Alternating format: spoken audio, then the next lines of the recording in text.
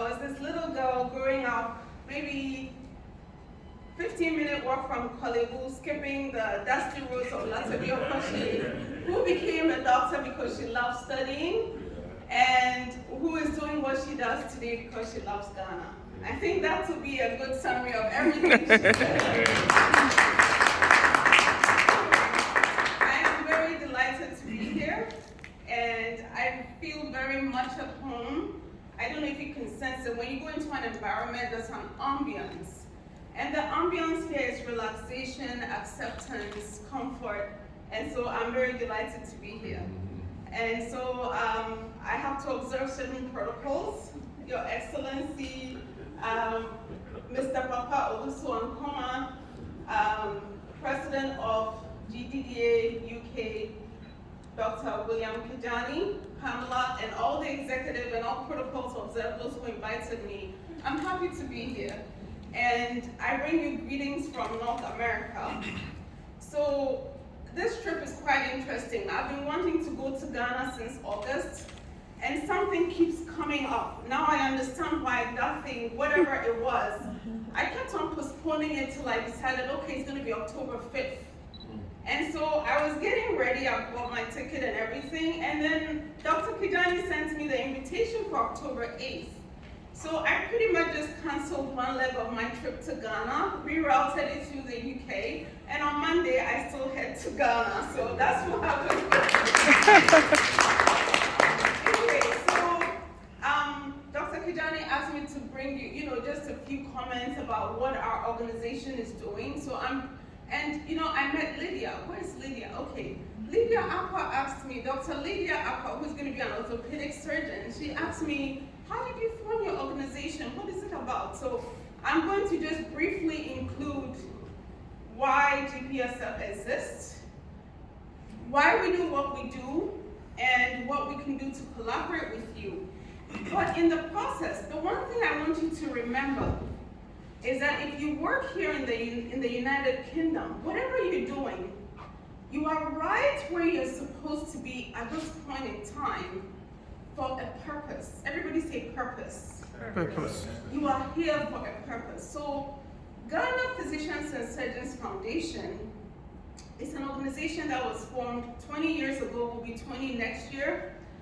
And I go to places, one of my jobs as the president is to raise awareness. And the more I raise awareness, I realize people go GSPF, so I just tell them, you know what, just say Ghana Physicians, because our website is ghanaphysicians.org. So just say Ghana Physicians. So we were formed in 2003 because of one purpose, only one, initially.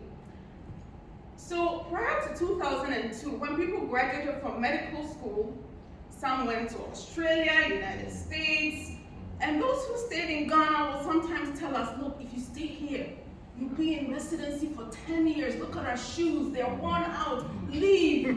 Anyway, so in 2002, the government of John Ajikun, His Excellency John Ajikun Kufuor, decided to set up the Ghana College of Physicians and Surgeons, Ghana College, with a purpose to provide postgraduate training in Ghana instead of going to West Africa or some other place. Now, this was sort of spearheaded by Professor Nyame, and he decided that if he was going to let this thing be successful, he needed to reach out to colleagues around the world.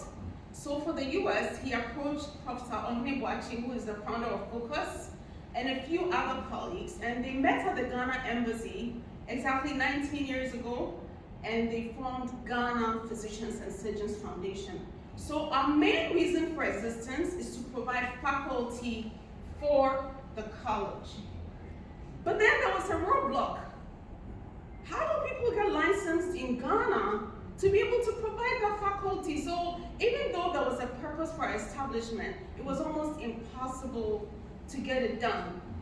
And so that's why you might have heard that last year we signed the Memorandum of Understanding. And I want to make this very clear. I was the one who signed it because I just happened to assume office. But people had been working on it. I know Dr. Papna Boachi, lots of trips to Ghana, Dr. Letitia, like people, I just came and the chair was ready and I pretty much sat down. And sometimes people say, oh, Dr. Ayi did an MOU. If I played any role, I brought media attention to it. I didn't push it under the carpet. I let people know that this was a major achievement of the Ghana Physicians and Surgeons Foundation. So why am I talking about purpose and you being here at this time? Even the college being established in 2002 was because some people had purpose. Say purpose again. Purpose. Purpose. So our first speaker, Dr. Doku, mentioned something about, or was it Dr. Kedjani? Somebody mentioned something about there were not enough Ghanaian trained physicians at some point. Actually, in 1922, exactly 100 years ago from today or now, there was 0 Ghanaians who were trained as physicians. Not abroad, not in Ghana, 0. In fact, when Kwame Nkrumah took office in 1957, in his book, he writes that the literacy rate in Ghana was 4%. So if it's 4% in 1957, how are there going to be any doctors? But one man had a vision and a purpose. Governor Guggisberg. So he was in office for only 8 years. And I always say when I mention his name that you don't have to be in office for long to make impact. From 1919 to 1927, this man was governor. Now, prior to that, from 1908 to 1919, he was the surveyor. So essentially, he knew the Ghana landscape. He wasn't like he just became governor, they brought him in. He had a purpose. You know what he did?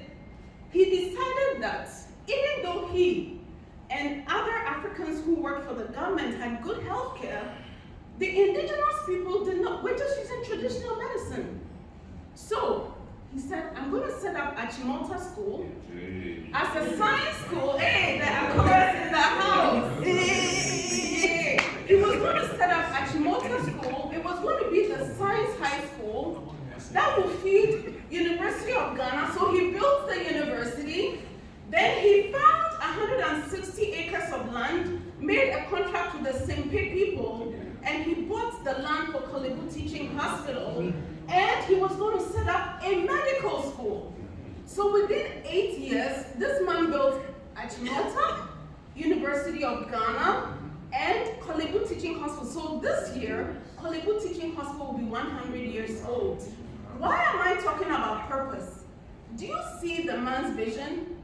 So in his book, in his writing, he says that I'm an engineer, not a real engineer, but like a figurative engineer. I'm an engineer brought into the Gold Coast to build a highway of promise so that the peoples of Ghana would walk onto it to a land of hope, promise, and prosperity. 8 years, somebody did all this. So all of us sitting here, whether you went to school, medical school in Ghana or here, were beneficiaries of Guggisberg's vision. So you know what happened? He did Kolebu, but he couldn't build a medical school. So fast forward, we're still talking about vision. Kwame Nkrumah, in this city of London, had been in Ghana the US for 10 years. He also faces a lot of racism. The same racism that Prof was talking about, and you also mentioned. He says in his book, he said, I said bye-bye to the Statue of Liberty and said, thank you for teaching me freedom. I'm taking liberty. Because he was giving lectures and people will not give him water to drink. He was facing racism as a doctor. So he comes here to London, so it's historic that we're doing this in London, meets with a group of people and also strategizes. I'm going to Ghana to do one thing. I'm going to get that colonial power out of office and I will not be stopped. One man, he goes to Ghana and does it. How does it relate to medical care? So in 1962, 40 years after Kolebu Teaching Hospital had been built, Kwame Nkrumah completed the vision of building a medical school so that this year, University of Ghana Medical School is now 60 years old. We're still talking about purpose. Now there's 7 medical schools. Why am I bringing all this up? if you think about it, Kwame Nkrumah was a diasporan, right? You might sit here and think, oh, I'm just a member of this organization. I work in this trust, or I work in, but you are here for a purpose. Your purpose is to take all that knowledge, and His Excellency described it as brain circulation. Take that knowledge and come and use it to build Ghana. Because if you think of Ghana as a house, Ghana is not going to be built by one person. Everybody puts one block here, one plumbing tube here, one screw here, one tap here. You all build homes, you renovate your homes, right? It doesn't happen overnight. But together we can all put the pieces in one at a time. So I think that you are here as part of this organization on purpose. And I'm excited to be part of you and collaborating, because I don't even want you to think, oh, we are GDDA-UK and they are GPSF or Ghana physicians in the US, because we are one. We have one purpose. We want to build a better Ghana. And sometimes people look at Ghana and they go, oh, as for Ghana, as for Ghana. We don't even have a good image of our own selves. Ghana's best pride is not even its gold, it's not its diamond, it's its people. If we can just see the people, look at your own self, how smart you are. You are what? Of Ghana's top, right? Aren't you special? You are from that. Give a clap for Ghana.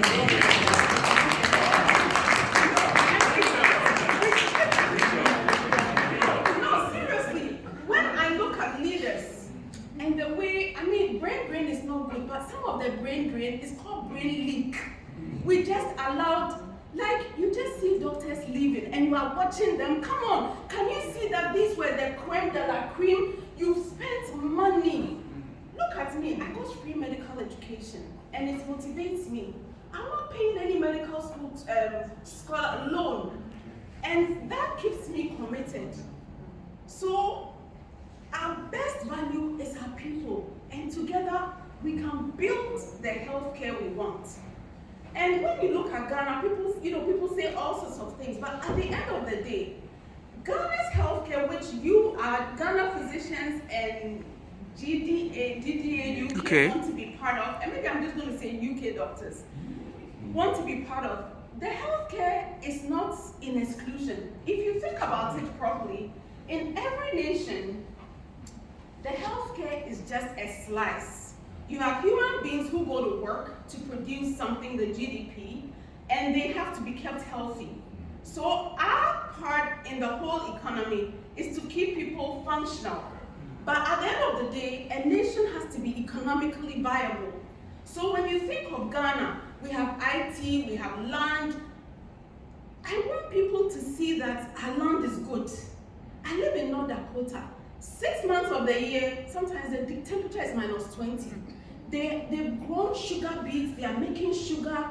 They've grown sunflower, they're making sunflower. When I look at all they are doing, I tell myself, no way, Ghana can be better. We have sunshine 12 months of the year. You are driving to Kumasi, there's so much land around you.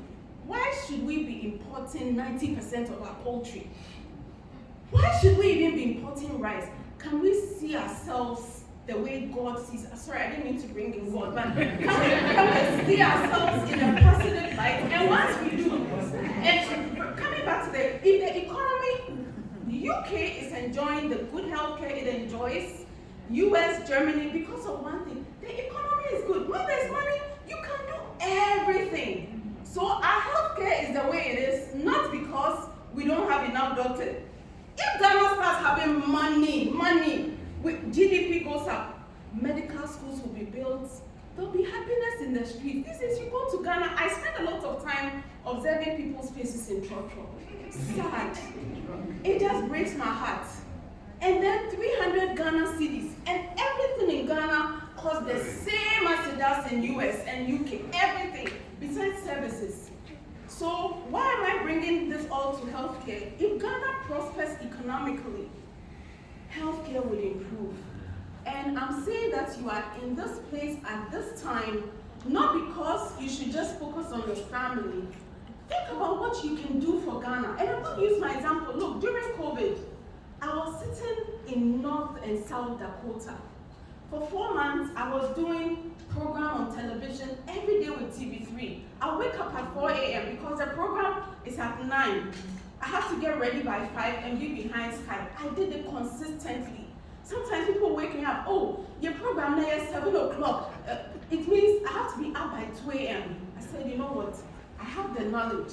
It's going to help somebody. I will wake up. After that, I'll go and sleep. I'll dress up and wake up, do what I need to do. That's what I'm talking about. You don't have to be physically present in Ghana. Maybe it's your money, maybe it's your skills, but let's do it together, right?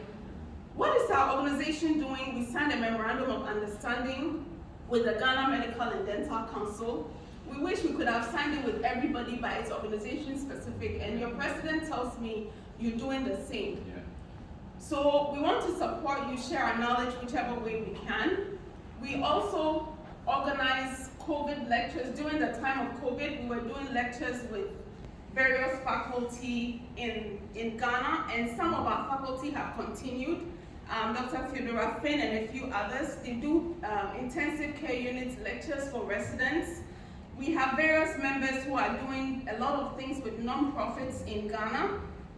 And currently, to implement the Memorandum of Understanding, we decided to liaise with almost all the medical schools, the University of Health and Allied Sciences, and actually I became adjunct faculty at 3 universities because I wanted to test it before I start telling people go through the route. So I have faculty position at University of Health and Allied Sciences, University of Development Studies, and then Accra College of Medicine. So we're encouraging our members to do the same. In fact, the University of Health and Allied Sciences Dean, Dr. Stephen Tebri, Professor, last week I spoke to him. He said, where are your members? I said, no, we want to get a long list. He said, just get me, even if you have 2, we'll push them through. So we are all going to try and become faculty. People will get licensed so we can help. Just like, looks like Dr. In fact, I met with the Ghana Medical School Dean, Dr. Professor Alfred, and he told me that, look, our whole psychiatry program has been run by a group in the UK, and I think you're the culprit. So now I know. He said our whole psychiatry program. So together, we can all make a difference. This month, we're launching breast cancer awareness. What are we doing? And I don't try to make decisions alone. I have a team who work with me, and sometimes I just tap into other members. Yesterday, I texted someone, Dr. Boafo. He's retiring. He's a neonatologist. I said, breast cancer, what should we do? He said, look, get to all the churches in the US, find a denomination, and get our members to go and give talks. I said, how am I going to do that? He said, simple. It doesn't have to be one denomination. I said, okay, will you write me what I should tell the members? So he sent me a text that I'm going to edit, and this month, all of us, and then he gave me a brilliant idea. He said, you know what? Let the oncology group prepare one PowerPoint slide that everybody can use. And so this morning, Dr. Amachuma sent me a text that one of their oncology group is going to get a slide deck, and all of us will use it. So what are we doing? We're not just talking, we're making impact. And it's all about purpose. We want people to feel that we didn't become doctors for ourselves, but for the general good. And so I will end here, but I just want you to get a better image of your own self, that you are truly an important piece of the Ghana economy. It's not just your money. You are here to make a difference. And encourage other people to be part of this organization. Because, and I also don't want you to see yourself as UK versus US. We're not in competition. We have one goal. We want to create a better Ghana for ourselves. Because people are retiring. You talk to everybody. They want to go back home. Do you know the one thing they say? Oh, but the healthcare system. But you know what? We want to believe that in about 10 years, because of you and I, instead of by the healthcare system, they'll say, I'm going to Ghana because of the better healthcare system, right? So we're going to do that together. Thank you very much.